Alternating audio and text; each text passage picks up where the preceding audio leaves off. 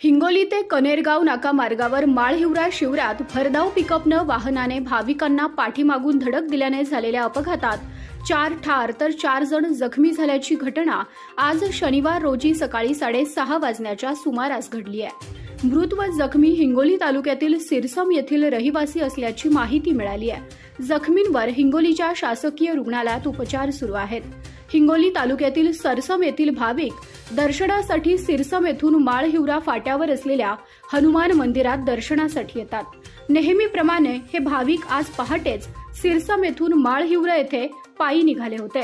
सर्व भाविक माळहिवरा शिवारात आले असताना हिंगोलीकडून अमरावतीकडे भाजीपाल्याचे रिकामे कॅरेट घेऊन जाणाऱ्या पिकअप वाहनानं भाविकांना पाठीमागून धडक दिली। या अपघातात सिरसम येथील रहिवासी असलेले 4 जण ठार झाले असून जखमी 4 जणांवर हिंगोली येथे उपचार सुरू आहेत। घटनेची माहिती मिळताच हिंगोली ग्रामीण पोलीस घटनास्थळी दाखल झाले। त्यानंतर जखमींना रुग्णालयात दाखल करण्यासाठी पोलिसांनी मदत केली।